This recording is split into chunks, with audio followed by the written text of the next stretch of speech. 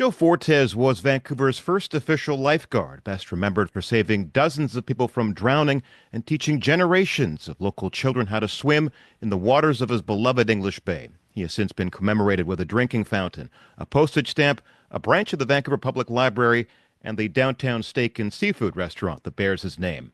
But what if the image we have of him is inaccurate or at best incomplete? The author of a new book aims to fill in those blanks. Here to talk about Searching for Serafim, the life and legacy of Serafim Joe Fortes, is poet and author Ruby Smith Díaz. Welcome. Hello, thank you. Easy question to start us off, Ruby. How did you come across Joe's story? Yeah, I first got connected to his story through a residency that I did at the Contemporary Art Gallery of Vancouver.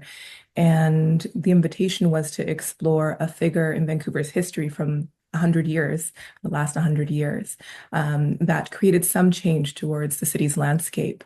And so I chose Seraphim's story because he was, as I discovered, a person that was not only from the Black community, but also from the Afro-Latino community, that him and I share in common.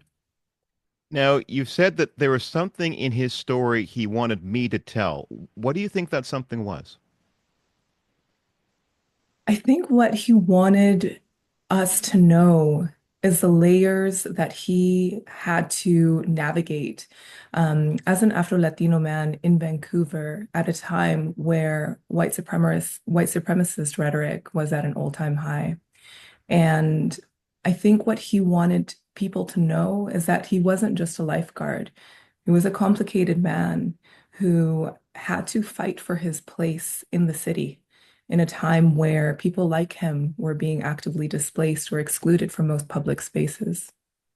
Now, this is not a conventional biography. It has elements of memoir, poetry, and mainly your reflections of Seraphim and your shared Afro-Latino heritage. You've said this work is about reclaiming history, in a sense. How so?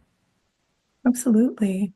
I think that when we look at what's been written about him by and large, it's been written by folks who are not of his heritage, are not Afro-Latino, are not of African descent. And so, in that way, people will come to approach his story through their own lens. Most of the writers at the turn of the century were white and were writing from a perspective that often fetishized Black communities or associated them with enslavement of Black communities in the Southern United States. And so the image that we have of him really is not an accurate one. And I think it takes somebody who shares his heritage to be able to understand the nuances of what it means to survive a white supremacist society and what it also means to call different places home, especially here in the lower mainland on unceded Indigenous territory, on Musqueam, Squamish, and Tsleil-Waututh territory, and also navigate that through layers of displacement.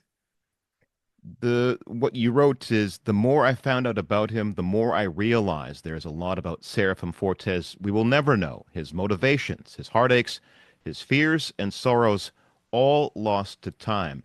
And you find a way of filling in those blanks using your own experience. Yes, absolutely. The more that I recovered about his story, the more I was reminded about things that I had experienced growing up in Amiskwichi Treaty 6 or Edmonton and living in Vancouver. And what I realized was that even though I had done a lot of research through the archives, there was so many parts of his story that were not documented. He seemed to be a very private man, and he, refers to a little bit of that privacy through a couple interviews as well, where he doesn't fully disclose his responses about his experience, but rather he refers to saving them for a little book that he's writing. And part of me wondered whether if that was his desire to be private in a moment where perhaps revealing too much might put his life in danger, whether that be maybe around his sexual orientation or about maybe who he was dating, if that person was white or if that person was also Black, but at a time where this was a very contentious topic, or whether simply he just didn't want people to know about the details of his life unless they were in his own words. And I find that to be really compelling that even at that time he had the foresight that he wanted his story to be told in his own words. And when we get to the story of how he got here, he came to Vancouver in 1885 aboard a ship named the Robert Kerr, where he was the victim of a particularly violent attack. What happened there? Yeah. So amidst this voyage, he was actually attacked by a fellow crewmate with a cotton hook. The cotton hook was struck through his cheek, and he was off his duties for many weeks due to this injury. And it's something that is not mentioned when we talk about who he was and, again, the context that he was surviving at this time. We praise him as a society with, everything that he did for the city of Vancouver, with how many lives he saved, with also how many people he taught swimming. But we don't look at the dangers that he faced on an everyday basis of the violence that was very prominent at this time. And I would argue that's present at this time today as well. It's almost if his story has been sanitized, cleaned up. Absolutely. So in 1901, he's appointed a swimming instructor, lifeguard, and special constable with a salary of $80 a month after years of unpaid labor. You had some thoughts about this as well. Yes, absolutely. I find that his role as a constable on Yelchin or English Bay Beach to be a very complex role, with him as a Black man in a space where it doesn't appear that other communities of color were actually permitted to be on, beginning with the displacement of Squamish people from their territory at Yelchin. And then further, it doesn't appear through the archives or the archival photos that there is any documentation of communities of color. What really, for me, is striking about this moment is that he was asked to be a constable, and within that role, he is also responsible for uh, essentially enacting white supremacy around other communities of color. There are many documented incidents where he is interacting with East Asian communities or members of the Asian and Pacific Islander communities and referring to them through racist terminology or kicking them out of the locker rooms or, assuming that they were responsible for theft or about to commit some sort of crime. And so within this role as a constable, I also question how he related to other communities in a good way. And I also question the role that he had in upholding segregation within Vancouver at this time. Now, the fact that he went unpaid for many years, I think, is another commentary around, the how common practice this was, where Black communities were and continue to be underpaid in Vancouver and in so-called Canada. And I think it forces us to reckon with the idea of what it means to call somebody a friend, what it means to call somebody that we love. But at the same time, we're not ensuring that they're living a good quality of life, and we're not ensuring that they can survive or exist in a safe way. As you put it in the book, it's almost like he was treated like a mascot. And when I hear the word mascot, I certainly don't think of someone who was equal. Exactly, exactly. I think in many ways the fanfare with about him was often contradicted by the treatment of Vancouverites towards him. Again, in many of the archive photos, he is seen taking a huge physical distance from anybody that he is in the photograph with. His hands are always in view. There's this one particular photo from the Vancouver archives in my book where he is sitting on an overturned rowboat with a group of about 6 or 7 other white men. And while this is supposed to be a lovely photo of the group, he is seen practically falling off the edge of the boat, about half a meter away from everybody else that's standing shoulder to shoulder. So I think that also speaks to the amount of physical distance that Black folks had to maintain from white communities at this time because it was seen as a taboo to, actually have a relationship with Black communities, actually be in physical proximity with these communities and call somebody their friend, right? And so I think these are things that we have to look at critically and look at the ways in which these dynamics still exist to the present day. I wanted to zoom out for a moment and talk about terms for a second. Now, you refer to Fortes by his given name, Serafim, not Joe, and you have reasons for this choice, and it almost seems like the image that's been cultivated Fortes we can call Joe, but the real person that you're trying to find, discover, and convey in these pages is Seraphim. Is that a fair way to put it? Absolutely. And that's how he signs his name. There's only a couple pieces of writing, of his own writing, that have survived. They are in the Vancouver archives. And when he signs his name, it is as Serafim Fortes. In the census, I believe it is also Serafim Joseph Fortes. And I think what happened at this period of time was that the white Vancouverites latched on to the old minstrel song about Cotton Joe or Old Joe, and essentially conflated him with this United States Southern identity that is also connected into enslavement. And I think that's a nickname that stuck and that was just easy for people to say, oh, it's just Joe.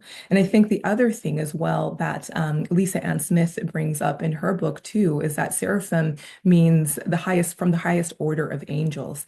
And what she describes is that that name was perhaps changed because it wouldn't be fondly looked upon, because how could a Black man be associated with something so good and so pure?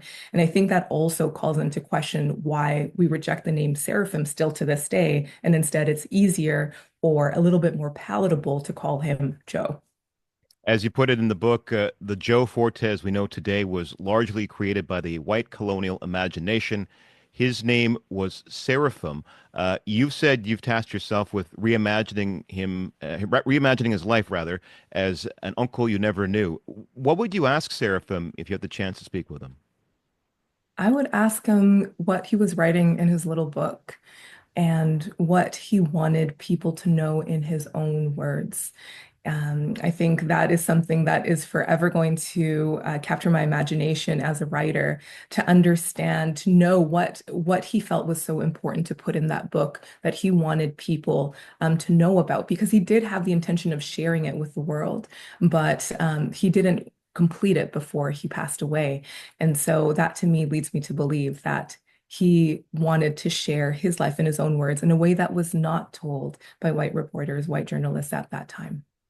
Now, when he died in 1922, huge crowds turned out for his funeral. Yet, as you point out, even in death, he wasn't treated as a whole person. A tribute in one of the daily newspapers at the time read, "Servant, friend, protector," yet tellingly, the word servant is used first. Yes, absolutely. And I think this to me mirrors how Vancouverites saw him as a servant primarily. And I think what really troubles me about this is that it seems that people of African descent are constantly conflated with a position of servitude in our society up until this point today. And I think what's troubling in that even in many efforts to hold him in high regard, we still have trouble navigating the language on how to actually honor him without referring to his skin color in a negative light. Pretty much every dedication that came out around this time tried to uplift him, but was constantly kneecapped with phrases like, in spite of his dusky skin, in spite of his darkness, or, he was the whitest soul that ever existed within a Black man. And that to me is extremely troubling, because what it suggests is that people who are Black or of African descent are not capable of being good, of are not capable of actually, being friends or members of community. They have to be connected with whiteness, and those traits are solely connected to whiteness in order to be tolerated in a white supremacist society. Ultimately, you seem to realize the importance of telling your own story in your own words, because Seraphim never had that privilege, i.e., the little black book that we'll never get to see. Is that your main takeaway from writing this book, from researching Seraphim's life? Yeah, absolutely. Absolutely. I find in many ways it troubles me at how similar our stories were or are. Like I said, I initially was drawn to his story because he shared my heritage, and we shared some of the same places that we lived in. And at the time when I started writing this book, I found it troubling at the amount of white supremacist rhetoric that was out in the open, and that, surrounded every single aspect of his life.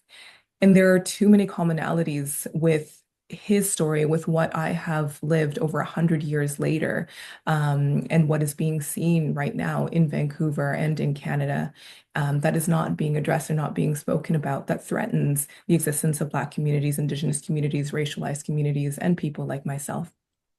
What do you hope people take away from the book? A new way of looking at Seraphim, of course, but also our language, our attitudes. What would you like to see come out of this? Mhm.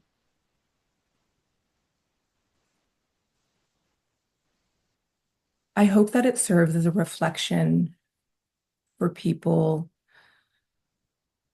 to where we have been in our society and the ways in which many aspects of our society have not changed from 100 years ago. And I hope it serves as a call to action to, yes, uplift the story and the life of Serafim Fortes, but to also take action around the systemic policies and barriers that are in place that undermine the brilliance of Black, Indigenous, and racialized communities in Canada. And as Willie Dunn once said, I pity the country, I pity the state, and the mind of a man who thrives on hate. And right now, I really pity this country, and I pity people who still hold these beliefs in their mind. The name of the book is Searching for Seraphim, The Life and Legacy of Seraphim Joe Fortes. It's published by Arsenal Pulp Press. My thanks to author Ruby Smith Díaz. Thank you.